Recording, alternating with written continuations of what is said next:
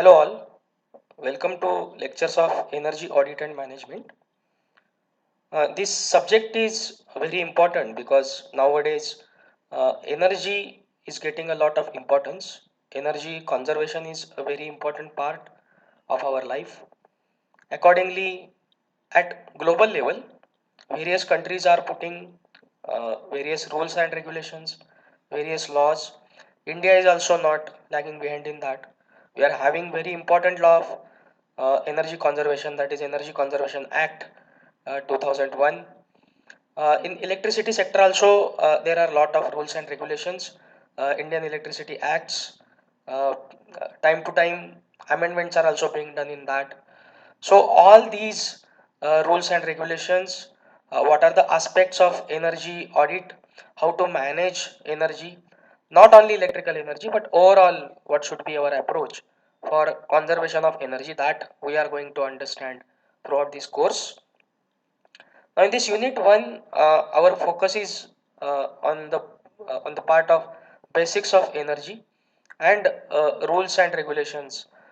We are going to understand, that is Energy Conservation Act, what are the salient features, Indian Electricity Act, what are the salient features, and then there is one another regulation which is called as building related, how to conserve energy.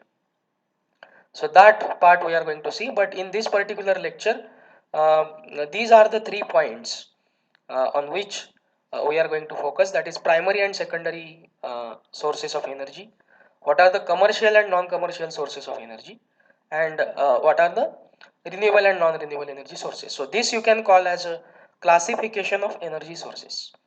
So in that, first part is we have to understand what is primary energy. The background of this, you have already understood that energy, law of energy conservation. That is, energy cannot be generated, it can be neither generated nor destroyed. So, overall energy in the universe is always constant. So, whatever energy we are getting uh, in different forms, that is already available in the nature. So, it depends upon in what form you are getting that. So this is the all type of energy which is extracted or captured directly from the natural resources. So what are those natural resources? Now those can be classified again into two, typically two parts. So this primary energy can be classified into either renewable energy or non-renewable energy. We'll see in the pictorial form these discussion in detail in some of the further slides, but just for the sake of understanding, the renewable energies are solar, wind, geothermal, tidal, biomass, hydel. So these can be again recycled. Okay, these are natural resources available in ample amount, uh, but there are some limitations also. Nowadays renewable energy is getting a lot of importance because of many other issues, because of non-renewable forms like pollution is one of the issue. Another issue is their depletion. So non-renewable energy sources are not available in ample amount.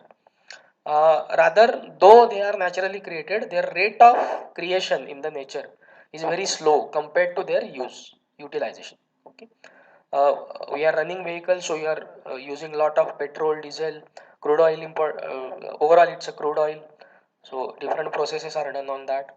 Coal we are using for electricity generation majorly, because thermal power still in India we are having a huge share of uh, coal thermal power plants in overall electricity generation.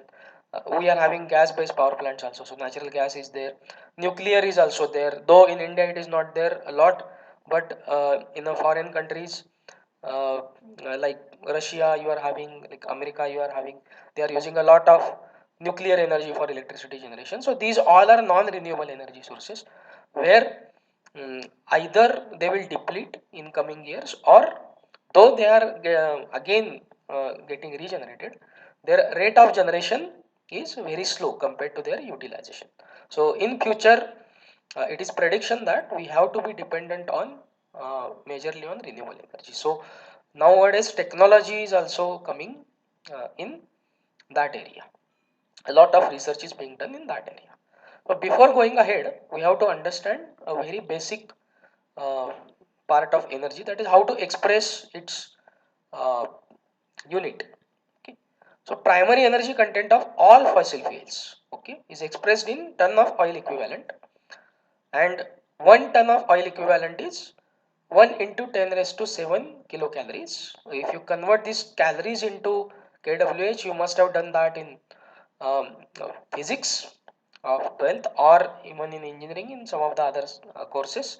So that 1 into 10 raised to 7 kilocalories becomes equivalent to 11,630 kilowatt hour. So if you take a 1 ton of oil equivalent, it contains energy in terms of units. So kWh is unit of electricity, you might be aware of that. So you can get 11,630 units from 1 ton of oil equivalent, which is nothing but equal to again 41,868 megajoules. So this you can treat it as a homework. You can try it at your end. If you don't get it, we'll discuss that in probably some of the next lectures, how to convert that. So it's a simply conversion of kilocalories into kilowatt hour and again into joules or a megajoule. So you must take into account your basics of physics to convert these units from one to another. Let us see how this journey of primary energy source happens next. So we understood that, uh, imagine there's a primary energy source. If we take example of coal, oil, or gas, at the other end, you can consider renewable energy sources also. Those are also primary energy sources directly extracted from nature, like solar, wind, biothermal, geothermal, biogas. So okay, so this can be converted into either. First option is you can convert that into secondary sources. So why these are being called as a secondary sources? Because we are not directly getting those, but we have to obtain those from primary energy source with some conversion process. So what are those different conversion process? We will see in the next slide. But the secondary source you can use, you are getting that either in terms of steam or in terms of electricity. So steam is having application, a lot of industrial applications. Simultaneously, electricity is a backbone of all industrial processes you are aware of. Now this primary energy source can also be directly used. Okay, so coal you can use for different industrial processes as a primary fuel. Oil is also there, gas is also there. Okay, and last option is there is a non-energy use also, which means you are not using these uh, these available resources for uh, not energy purpose, but there are different industrial applications. Like you can have uh, application in terms of feedstock in fertilizer plant. Okay, so in this way, in these three categories, you can utilize this primary energy sources.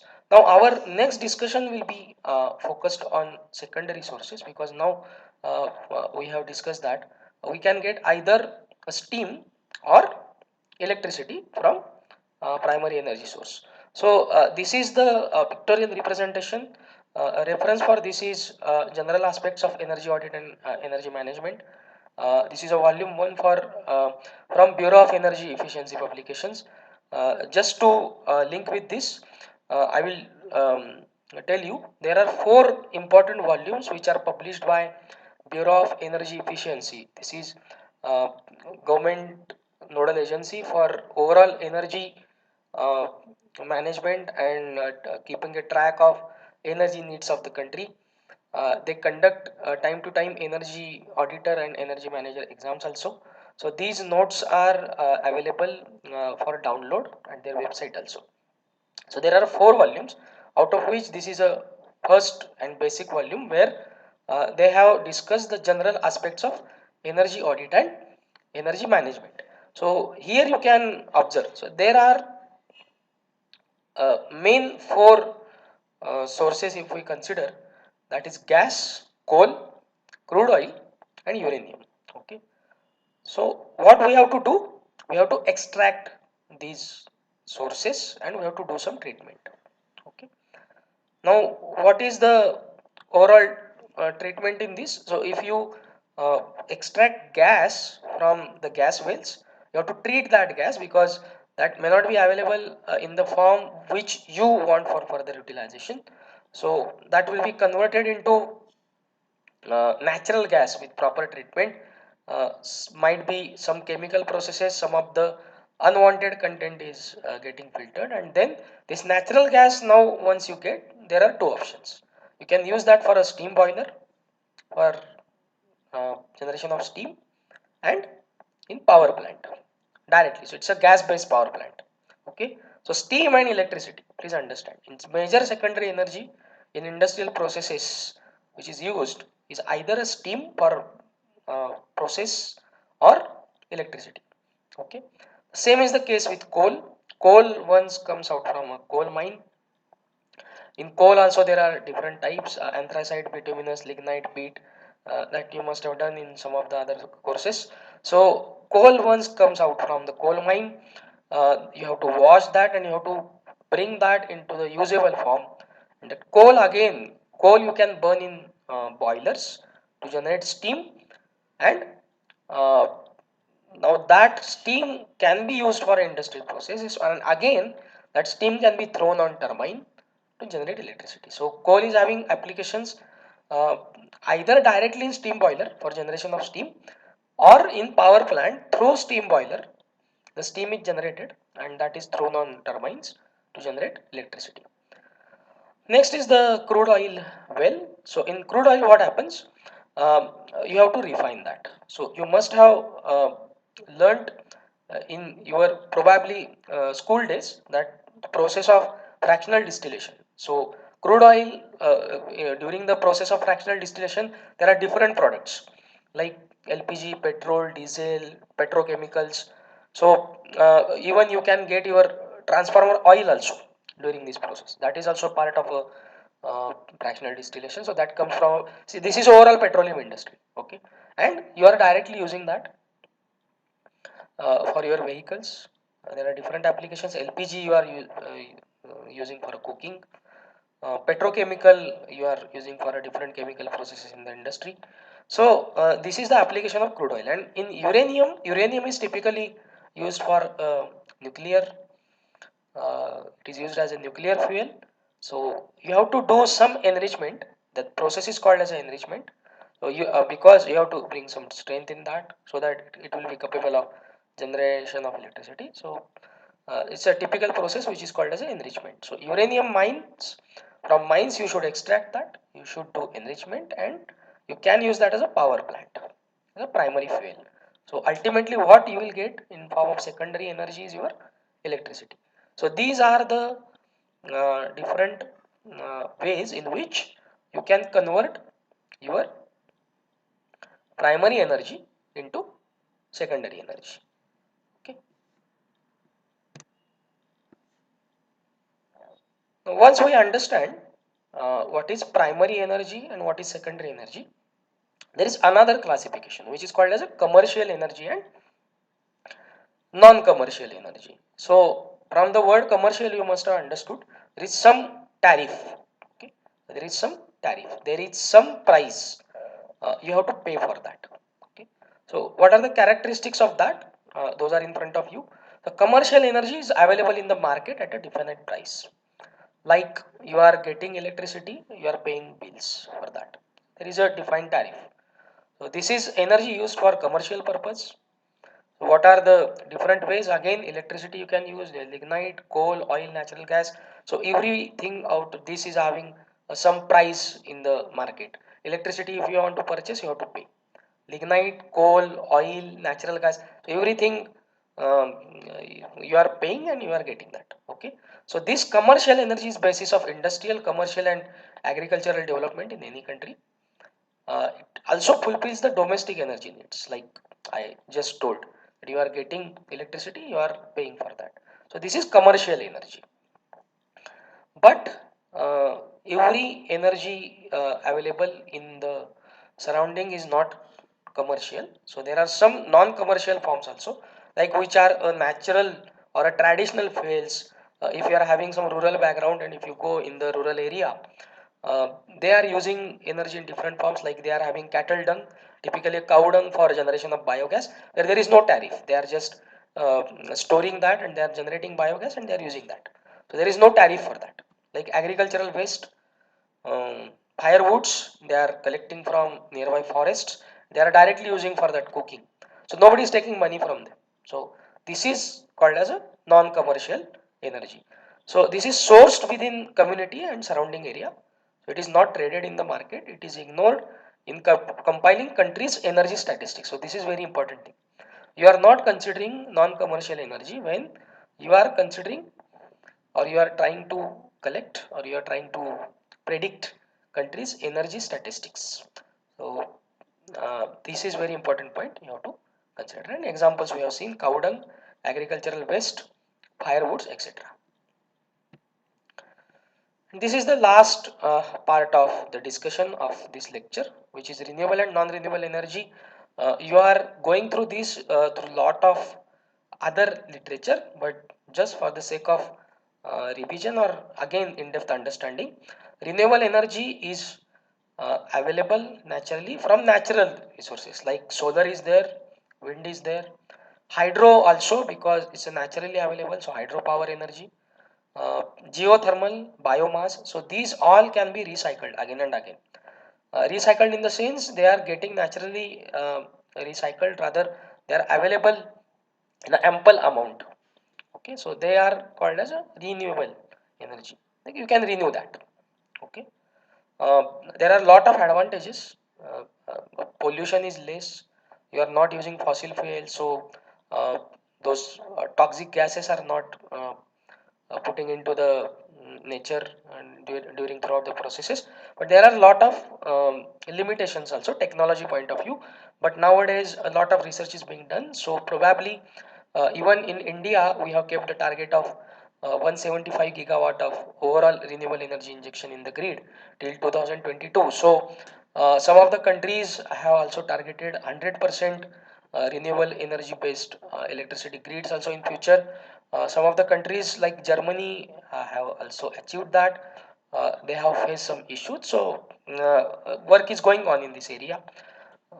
And another classification, another part is non-renewable energy, which is a conventional one which we are using. So coal is there, natural gas, nuclear, and fossil fuel, oil.